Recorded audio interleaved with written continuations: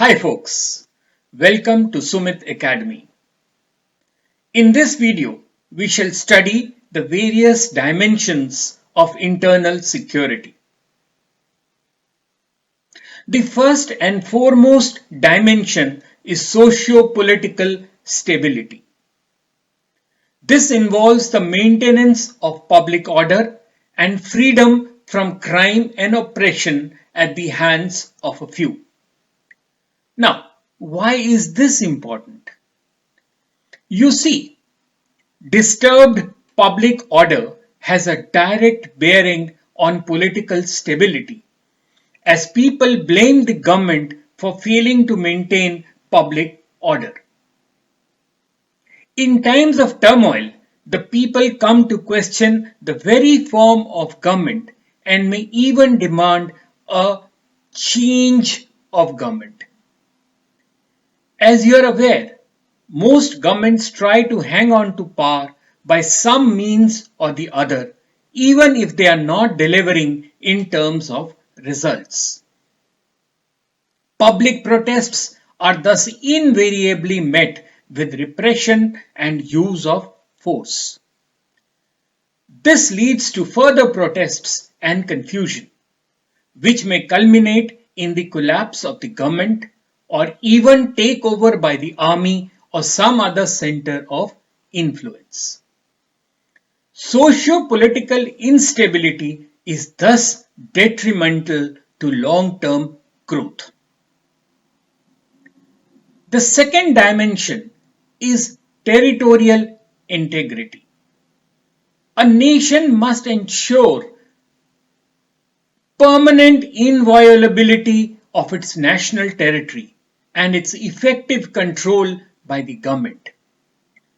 This includes the preservation of the country's exclusive economic zone and its protection from illegal incursions and resource exploitation through maritime security. The third dimension of internal security is economic solidarity and strength. Economic or financial security is the condition of having a stable income or other resources to support a standard of living now and in the foreseeable future. It includes probable continued solvency, predictability of the future cash flow, and employment and job security. Financial security refers to individual and family money management and savings.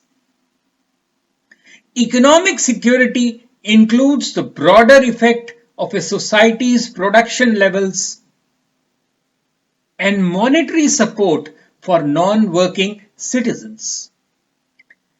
Economic security in the context of politics and international relations is the ability of a nation to follow its choice of policies to develop the national economy.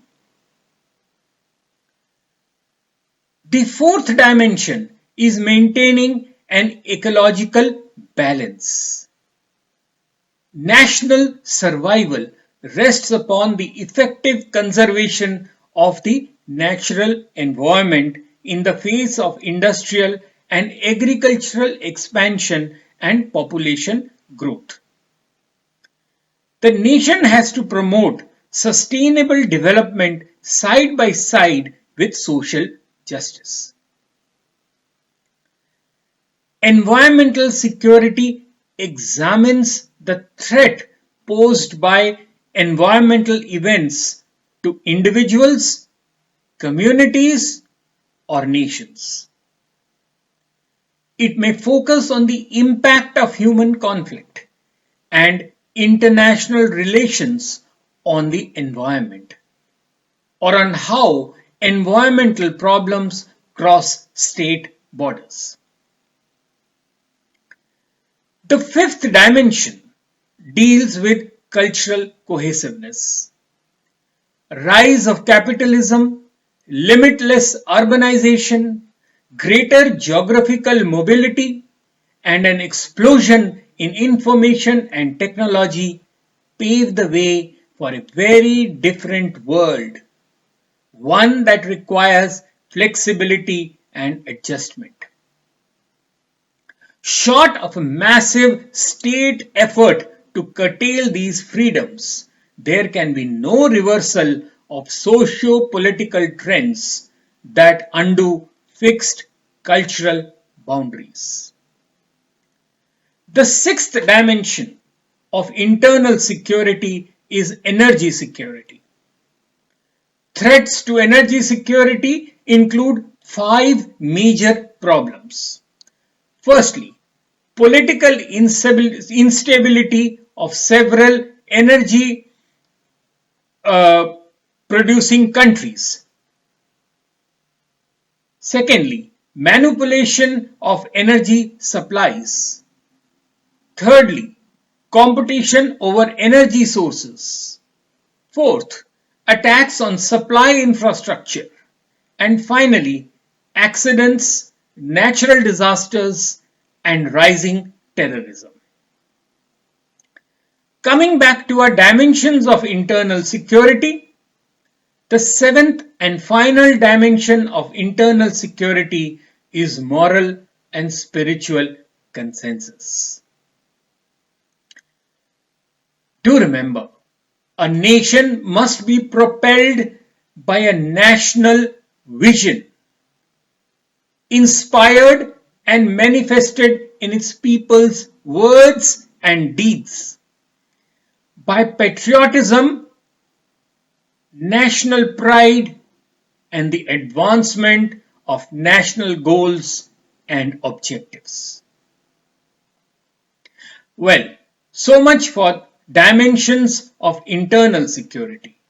In our next video, we shall study state and non-state actors and their impact on internal security.